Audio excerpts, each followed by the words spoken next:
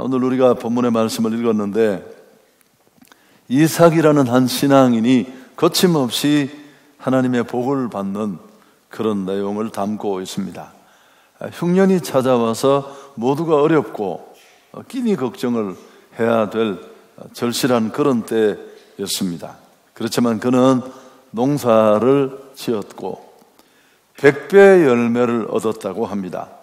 보통 풍작에도 20배, 30배, 최고로 많으면 50배 정도의 수확을 얻을 수 있었는데 그는 100배를 얻었으니까요. 그래서 장대하고 왕성해서 큰 부자가 되었습니다. 12절, 13절 우리가 읽지는 않았습니다만은 그 내용을 적고 있습니다. 이삭이 그 땅에서 농사하여 그 해에 100배나 얻었고 여호와께서 복을 주심으로 그 사람이 장대하고 왕성해서 마침내 거부가 되었다. 하나님은 이삭과 함께 하시고 그를 축복해 주셨습니다. 이런 큰 축복을 받은 이삭은 나중에 그랄 왕으로부터 특별한 고백을 듣게 됩니다. 제가 참 좋아하고 강조하는 그런 내용이기도 한데 창세기 26장 28절에 나오는 내용인데 여호와께서 너와 함께 계심을 우리가 분명히 보았다. 그리고 29절은 더 멋있습니다. 당신은 여호와께 복을 받은 사람입니다. 여러분, 흉년이 찾아와서 모두가 어려울 때입니다. 그리고 특히 이런 고백을 들려준 사람들은 어떻게든지 이삭을 붙잡고 끌어내리고 그를 해치려고 하던 이방인들로부터 얻은 간증이라는데 우리에겐 더더욱 의미가 있습니다. 여러분, 이유가 뭘까요? 흉년을 만나 모두가 어려울 때 도처의 대적들이 도사리고 있는데도 그가 이런 축복의 사람으로 아주 높이 세워질 뿐만 아니라 이방인들을 통해 하나님을 인정하지 않는 사람들을 통해서 하나님이 당신하고 함께하는 것 우리가 정말 보았다. 당신은 하나님께 복을 받은 사람입니다. 이런 간증을 얻었잖아요. 여러분 아시죠? 축복받는 사람 이유가 있습니다. 그래서 오늘 이 시간에 왜 하나님은 그 어려운 때 또 여러 가지 좋지 않은 환경에 던져진 이삭을 그렇게 축복하셨을까? 두 가지 정도, 뭐 더 많아요. 여러 가지 요건을 따지면 많은데 좀 정리를 해드리면 첫 번째 내용이 12절에 나와 있습니다. 같이 한번 다시 읽습니다. 이삭이 그 땅에서 농사하여 그 해에 100배나 얻었고 여호와께서 복을 주셨다. 여러분, 저는 이 성경을 여러 번 읽는 중에 어떤 구절이 제 마음에 크게 와 닿았느냐 하면 이삭이 그 땅에서 농사했다라는 부분입니다. 여러분, 이삭은 목축을 하는 사람이에요. 농사꾼이 아닙니다. 유목민이 농사일을 했다는 것 좀 특별하고 이채롭지 않습니까? 땅을 개간하는 일, 낯선 일입니다. 또 잘할 수 있는 일도 아니고 경험도 없는 그런 일입니다. 그러나 그는 흉년을 만나 내려간 그랄이라는 곳에서 농사할 수 있는 기회를 만났고 그는 최선을 다해 밭을 일구고 씨를 뿌렸습니다. 그가 땀 흘려 농사한 그곳에 하나님은 복을 주시는 것입니다. 아멘도 아무도 안 하시죠. 뭐 어땠다는 거냐 그게. 그럴 줄 제가 알고 있었습니다만은 여러분, 이 세상에는 두 종류의 어리석은 사람이 있다고 합니다. 심지 않고 거두기를 바라는 사람. 아니, 아무것도 안 심었는데 어떻게 거두어요? 또 하나의 어리석은 사람은 나쁜 것을 심고도 좋은 것을 기대하는 어리석은 사람. 여러분, 정말 평범한 진리 중에 진리가 심은 대로 거둔다는 겁니다. 하나님은 스스로 돕는 자를 도우신다는 말이 있지 않습니까? 지금도 마찬가지입니다. 여러분, 할 수 있는 일, 오늘 할 수 있는 일을 할 수 있기를 축복합니다. 제가 왜 이 말씀을 드릴까요? 그렇지 않은 분들이 너무 많아요. 오히려 예수를 믿고 신앙을 가지고 큰 목표나 비전을 운운하고 하나님이 나를 부르신 자리가 있어 이렇게 말하면서 오늘 지금 당장 할 수 있는 일들을 소홀히 하는 경우가 너무 많기 때문에 그렇습니다. 차일피일하고 준비라는 이름으로 머뭇거리면서 인생의 좋은 기회와 젊음의 때를 다 놓치는 사람들을 내가 너무 많이 봤거든요. 여러분, 루키 얘기를 너무 많이 했나요? 루키는 참 제 개인에게도 강해를 하면서 축복이었고, 제가 그 루키 강의를 끝나고 난 다음에 제 부흥의 설교 내용이 바뀌어졌어요. 루키로. 그럴 만큼 제게는 감동이 되는데, 사실 루키는 한 여성이나 가정의 얘기가 아니라 무너진 삶을 하나님이 어떻게 회복시키셔서 축복으로 나가게 하는지 그 길을 우리에게 보여주는데, 사장밖에 되지 않는 이 매장 속에 축복으로 가는, 내 무너진 삶을 뒤로 하고 축복으로 가는 키들을 담고 있어요. 1장에는 그 2장에 만남이라는 키가 나와요. 제가 이렇게 설명했었죠. 우리는 하나님 나를 축복해 주옵소서 늘 소리 높여 외치는데, 그럼 축복이 어떻게 와요? 막 그렇게 하면 하나님이 일단 천국에서 비닐봉지에 축복을 싸서 던지시겠죠. 그럼 그게 그냥 교회당 지붕을 막 깨트리고 여기 예배 시간에 막 떨어져서 놀라고, 이런 일 지금까지 별로 없었어요. 하나님은 어떻게 복을 주신다고요? 지금 내가 하는 일, 지금 내가 만나고 있는 사람. 아멘. 여러분, 그 구체적인 방법도 길도 생각하지 않은 채 복만 구하는 건 너무 어리석다는 이야기를 했습니다. 지금 또 이 얘기를 제가 다시 한번 여러분에게 회상시키고 싶은 거죠. 그래서 우리는 이 원리를 안다면 지금 하고 있는 일에 최선을 다해야 합니다. 사실은 두 번째가 정말 하고 싶은 얘기예요. 하나님이 그 어려운 시대에 흉년을 만나 모두가 고통받는 때에 이삭을 축복하시고, 이런 정말 상상할 수 없는 간증을 누리게 하신 또 한 가지 이유는 뭘까요? 믿음이에요. 믿음. 그는 열심히 일하는 사람이었을 뿐만 아니라 믿음의 사람이었습니다. 미리 좀 답을 얘기해서 그렇지만, 여러분, 항상 우리의 문제는 믿음이 문제. 하나님은 생사화복을 그분 손에 잡고 계십니다. 육신의 부모는 주고 싶어도 형편이 안 돼서 못 주지만, 하나님 마음에 들면 우리가 못 얻고 못 이루고 못 받을 게 없어요. 그러나 여전히 그 문제가 진행 중이거나 진전이 없다면 그건 내 문제인데, 그 문제는 100% 상황의 문제도 환경의 문제도 경제의 문제도 기회의 문제도 아니고 실력의 문제도 아니고 믿음이 문제. 아버지 아브라함 때도 흉년이 왔대요. 오늘 1절이 지나가면서 슬쩍 창세기 26장 1절에 그런 얘기를 했는데, 그때 아브라함은 어떻게 했을까요? 애굽으로 내려갔습니다. 애굽은 너무 큰 나라고 먹을 게 많으니까. 근데 또다시 흉년이 그 아들 이삭 때에 찾아왔습니다. 하나님은 우선 애굽으로 내려가는 애굽행부터 막으셨습니다. 2절에 보면 여호와께서 이삭에게 나타나 이르시되 애굽으로 내려가지 말고 내가 내게 지시하는 땅에 거주하라. 이삭은 이 하나님의 경고와 말씀을 듣고 어떻게 했습니까? 순종했습니다. 흉년에 이삭은 그랄이라는 곳에 머물면서 농사를 지었죠. 여러분, 우린 그랄이라고 하니까 먼 나라하고 또 무슨 블레셋 왕도 나오고 하니까 다른 나라라고 생각하지만 그렇지 않습니다. 이 땅도 가나안 땅입니다. 물론 애굽 가까이 경계선까지 내려왔습니다만, 하나님은 그 땅에 거주하면 축복을 약속하셨는데요. 3절 이하에 보면 이 땅에 거류하면 내가 너와 함께해서 내게 복을 주고 내가 이 모든 땅을 너와 내 자손에게 주리라. 내가 내 아버지 아브라함에게 맹세한 것을 이루어 내 자손을 하늘의 별과 같이 번성하게 하며 이 모든 땅을 내 자손에게 주리니 내 자손으로 말미암아 천하 만민이 복을 받으리라. 하나님은 이 약속대로 이삭에게 땅도 주시고 또 자손의 복도 주셨습니다.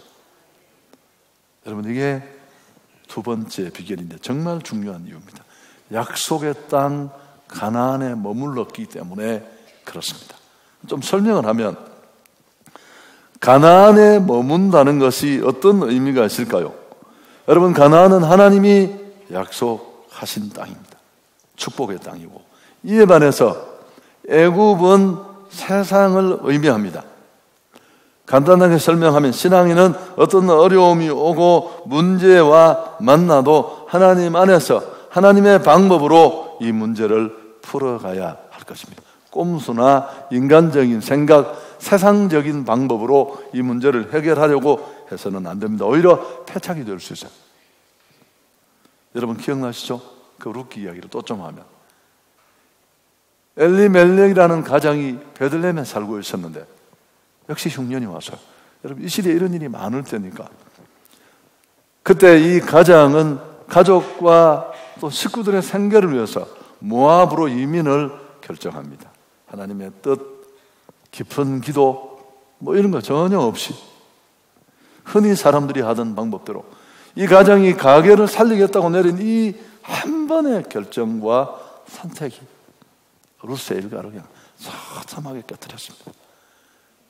여인 셋만 딸랑 남고 10년 만에 본인 죽고 두 아들 죽고 아무것도 없어요. 사회보장 제도가 1도 없던 그 시대에 여러분, 이 상황은 끝난 거예요. 그냥 그때도 제가 설교를 이렇게 했습니다. 이 엘리멜렉이라는 이름의 뜻이 뭐라고요?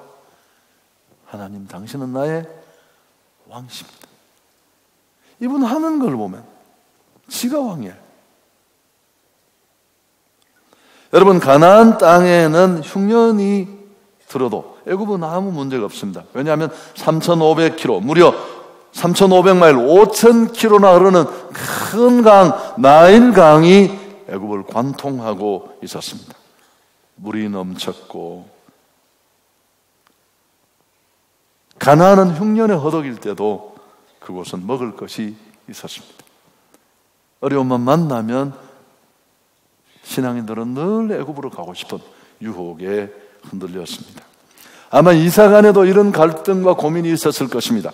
약속의 땅 가나안에 하나님 말씀대로 머물면서 그분이 돌보시고 공급하시는 섭리를 기대하고 의지할 것이냐, 아니면 여느 사람이 하는 것처럼 털어버리고 생계를 위해서 발빠르게 애굽행을 결정할 것이냐, 주저했을 것입니다. 아버지 아브라함은 그렇게 했고, 우리가 알듯이 그 결정으로 아내 사라를 잃을 뻔했고 온 가족이 낭패를 당하고 오늘 이삭과 같은 이런 간증이 없었습니다.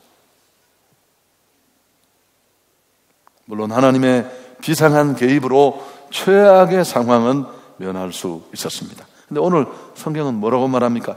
이 흉년에도 이삭은 약속의 말씀을 붙잡고 그 아래 머물렀다는 것입니다. 할렐루야. 이건 그가 믿음으로 살았다는 뜻입니다. 여러분, 믿음은 삶이에요. 고백이 아니에요. 예수 우리 왕이여 이곳에 오소서 막 부른다고 그분이 왕이 아니라 내 이름이 엘리멜렉이라고, 내가 목사가 되고 장로가 되고 권사가 되었다고 해서 항존직에 내 이름을 올렸다고 해서 그게 곧 그의 믿음을 증명해 주지 않아요.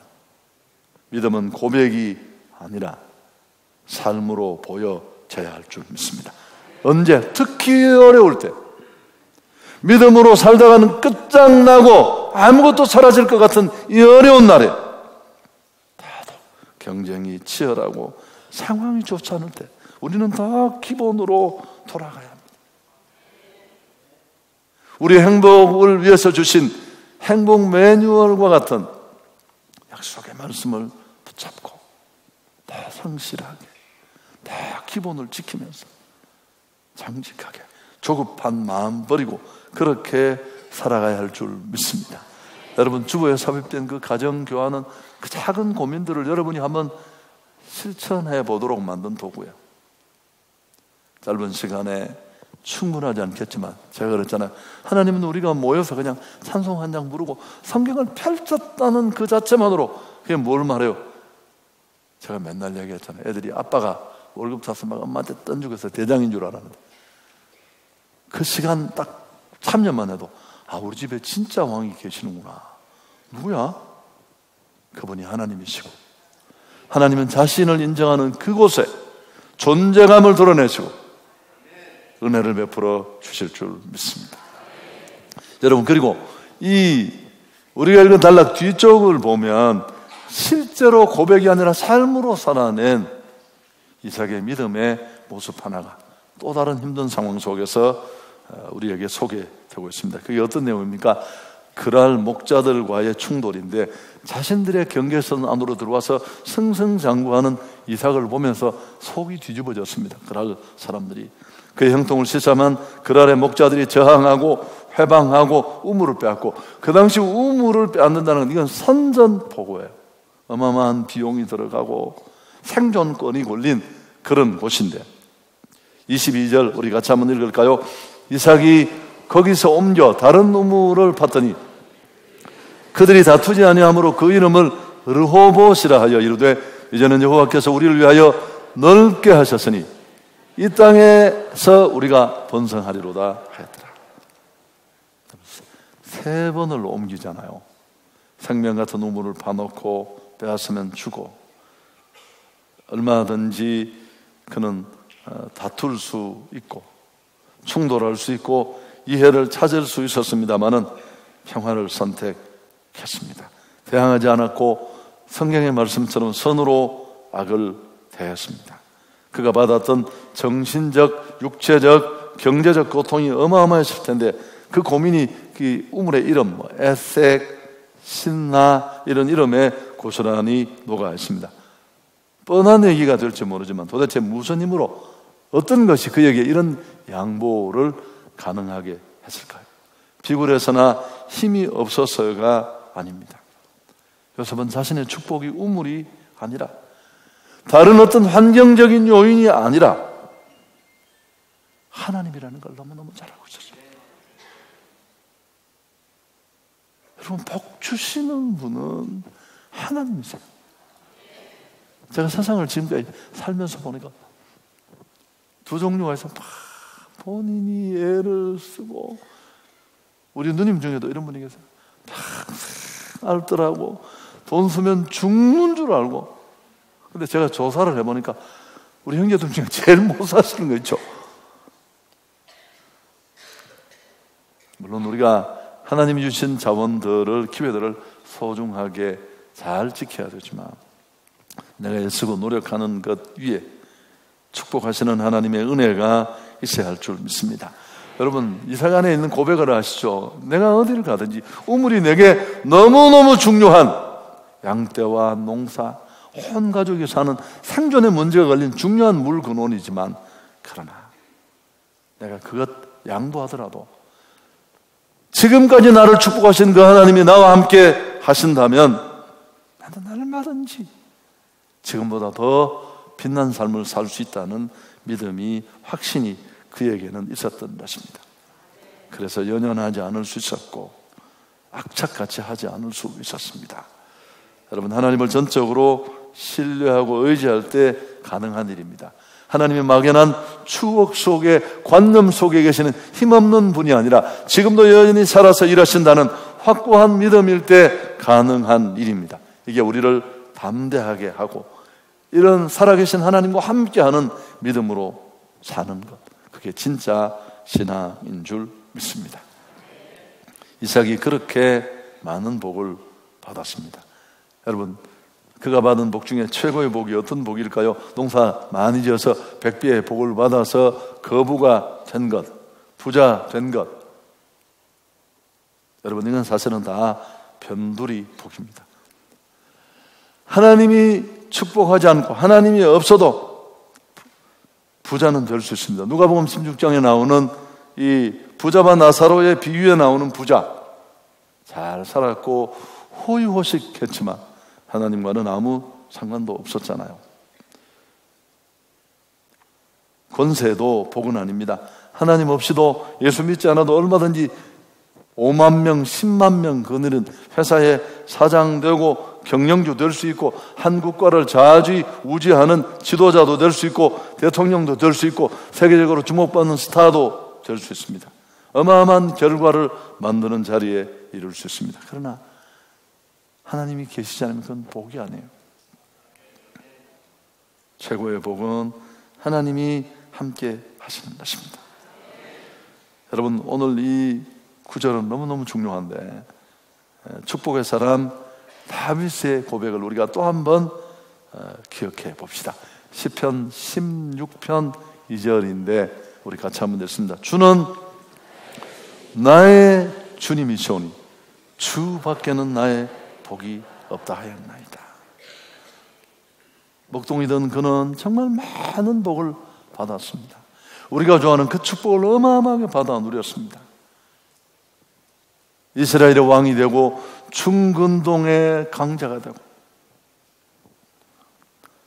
열방이 그 발 앞에 무릎을 꿇고 다윗 조공을 바치고, 그때도 그는 하나님 앞에 가장 낯선 모습으로 나가서 하나님 나를 축복하셔서 목동이든 별 볼 일 없던 내가 이렇게 삽니다. 그러나 내 진심을 말씀드릴까요? 주님은 나의 주님이시고 주 밖에는 나의 복이 없습니다. 여러분, 이게 그냥 설교 시간에 막 목사가 떠드니까 마지못해 동의하는 아멘, 그런 아멘이 아니라 어떤 축복을 누리고 있는 자리에서도 내 안에 술술 진심으로 이런 고백이 쏟아나온다면 우리는 넉넉하게 될 줄 믿습니다. 정리를 하겠습니다. 너무너무 간단한 일입니다. 첫째, 여러분 열심히 하십시오. 어떤 일이든지.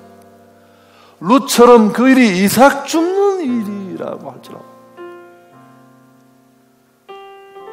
최선을 다해서 이 일이 내게 마지막 주어진 일인 것처럼 소명자로 나를 여기에 부르셨다. 그럼 먼저 사람이 감동을 해야 돼요. 어떤 일을 시켜도 저 직원 하나만 있어도 우리 회사 되겠는데 싶은 그런 정말 신실한 일. 작은 일에 충성한 사람이 큰 일을 하잖아요. 이삭이 열심히 죽다가 보아스를 만나서 살짝 고친 거 아닙니까? 두 번째, 성실해야 된다는 원리보다 더 중요한 원리는 믿음으로 살아야 됩니다. 고백이 믿음이 아니라니까요. 신앙은 생활이고 신앙은 삶입니다. 내가 토해놓은 말에 책임을 지고 다시 일어서는 것입니다. 제가 늘 쓰던 표현을 또 끌고 오면 종교인은 이런 복을 못 받습니다. 하나님이 당신하고 함께하는 건 내가 봤습니다. 정말 하나님의 축복을 받은 사람이시네요. 여러분, 이런 얘기는 신앙인이 듣는 거예요. 그리고 혹시 그렇게 성실하게 열심히 살아보면 잘 안 될 때 많아요. 하나님 보고 계십니다.